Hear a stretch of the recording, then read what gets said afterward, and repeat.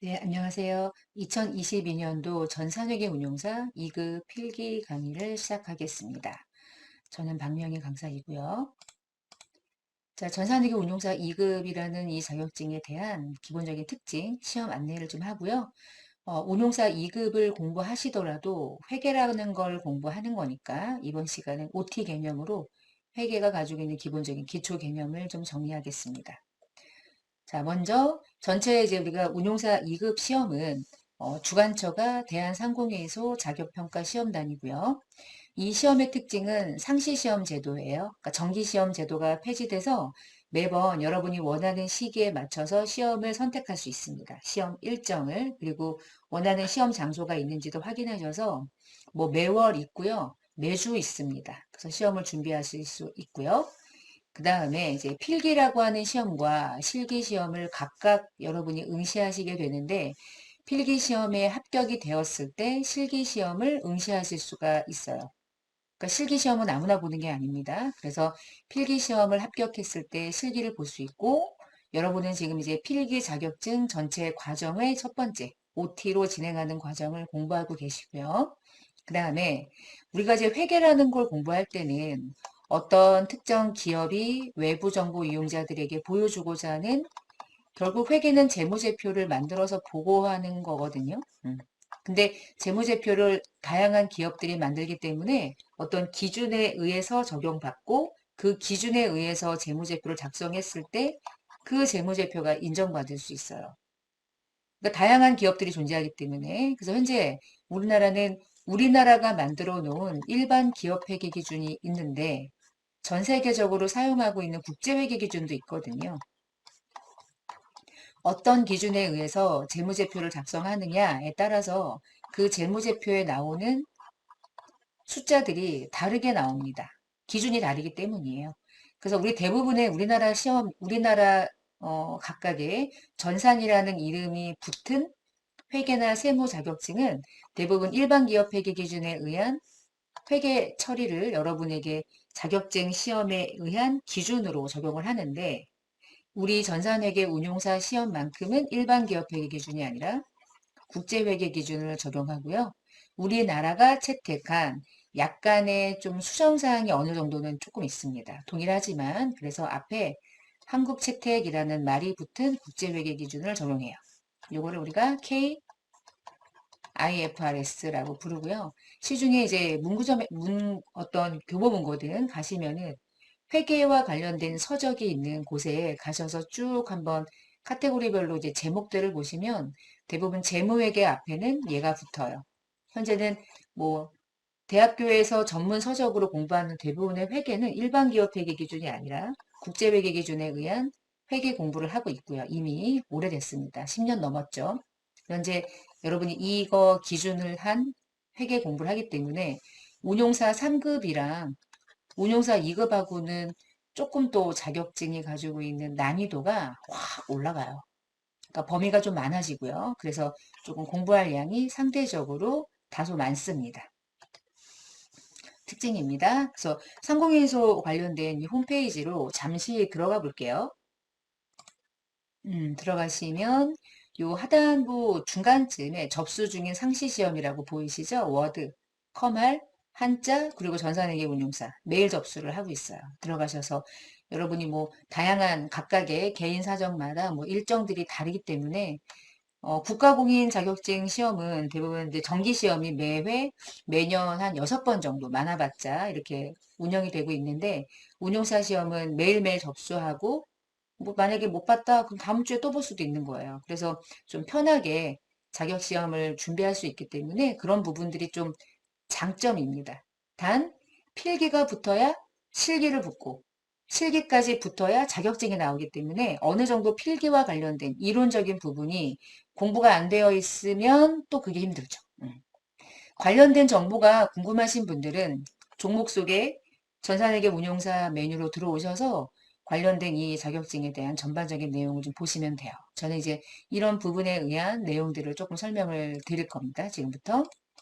자, 운용사 시험은 2급이죠. 지금 우리가 공부하고자 하는 자격증 급수가요. 자, 2급 시험은요. 어디 갔어? 어, 필기시험과 이제 실기시험으로 나누어서 다른 날에 시험 보는 거예요. 같은 날이 아니라. 필기가 합격이 됐다. 그러면 실기라는 시험을 다시 여러분이 응시해서 실기가 붙었을 때 자격증이 나와요.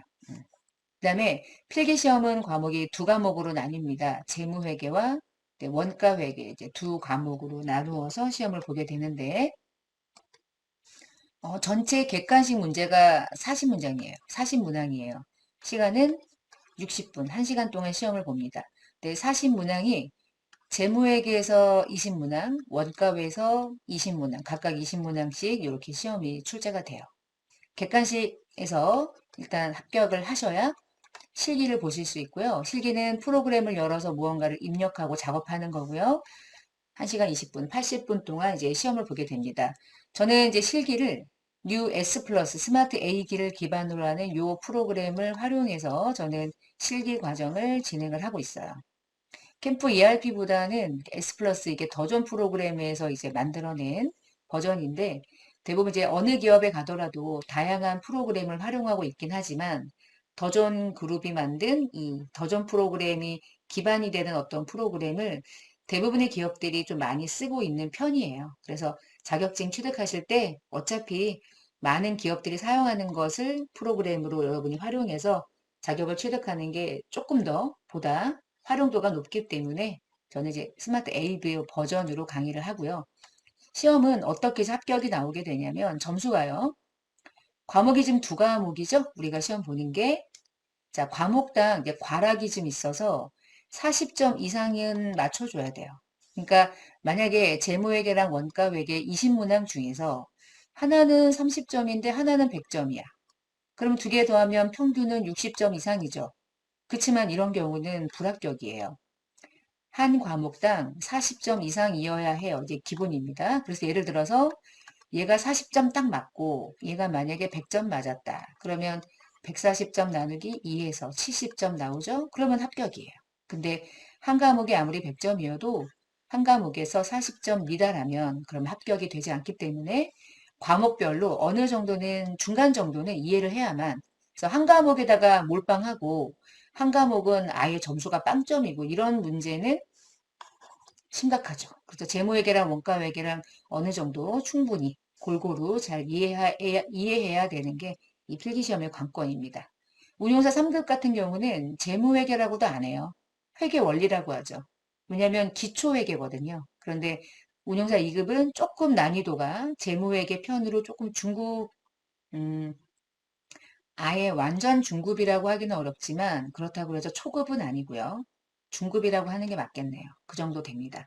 원가도 어느 정도까지는 좀 깊이 있게 계산 문제가 많이 나오는 편이라 잘 준비하셔야 시험을 정확하게 잘 문제를 푸실 수 있을 것이라고 생각이 들어요. 계산기는 언제나 들고 계셔야죠. 음, 계산을 많이 하게 됩니다. 자, 운용사 2급이 가지고 있는 전체 필기 출제 기준은 지금 공부하고 계시는 이 기준은 2024년까지 동일하게 적용이 되고요. 재무회계랑 원가회계 둘 다 기본적인 지식이 있을 때 이 자격증을 취득하실 수 있게 될 거예요. 객관식은 40문제인데 재무회계 20문제, 원가회계 20문제 각각 20문제씩 더해서 40문제 출제가 된다고 말씀드렸고 1시간 동안 시험 봅니다. 종이가 없고 CBT라고 하는 프로그램에 그냥 컴퓨터 화면을 보고 시험 보는 거기 때문에 이렇게 종이로 풀다가 컴퓨터를 보면서 이제 시험을 본다 그러면 좀 어색하거나 그런 느낌이 들 수가 있어요. 근데 뭐 가서 시험 보시면 알겠지만 그렇게 또 어렵지도 않습니다. 대부분 여러분이 지금 강의를 듣는 것도 컴퓨터를 보면서 듣는 거잖아요. 제 얼굴을 막 맛보면서 이렇게 공부하는 게 아니라 대부분 비대면으로 바뀌는 게 추세이기도 하고 하니까 컴퓨터를 가지고 그냥 시험 본다. 그 정도만 알고 계시면 되겠어요.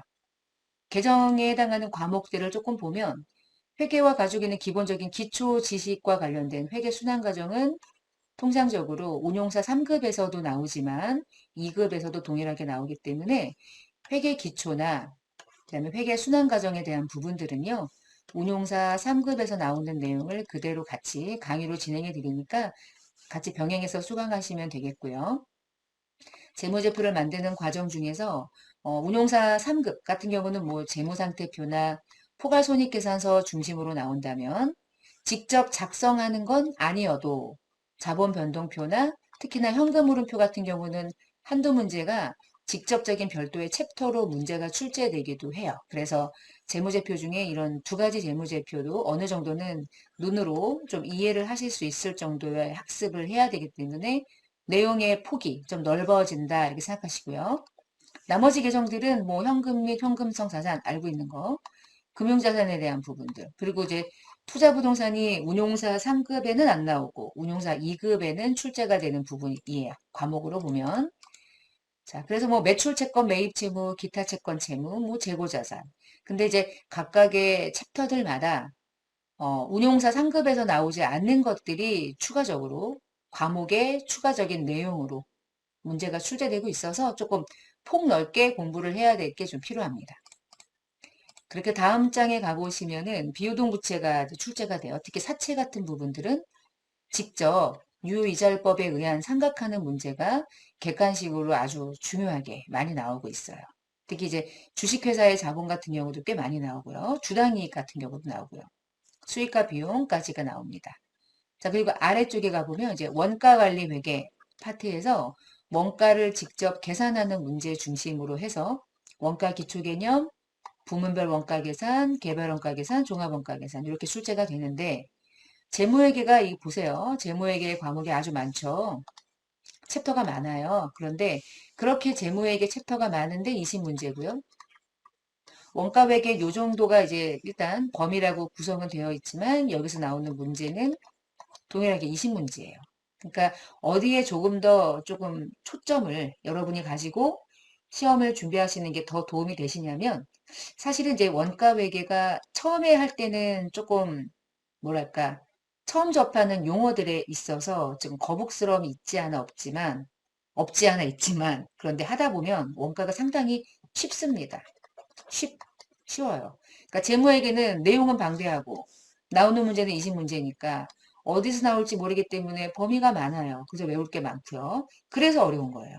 딱 요것만 나온다 그럼 요것만 파면 되거든요. 근데 되게 많은 범위를 가지고 있기 때문에 그래서 원가관리 회계 그리고 재무회계 회계, 재무회계 부분 그렇게 두 가지 파트로 나누어서 이제 강의가 진행되고 있습니다.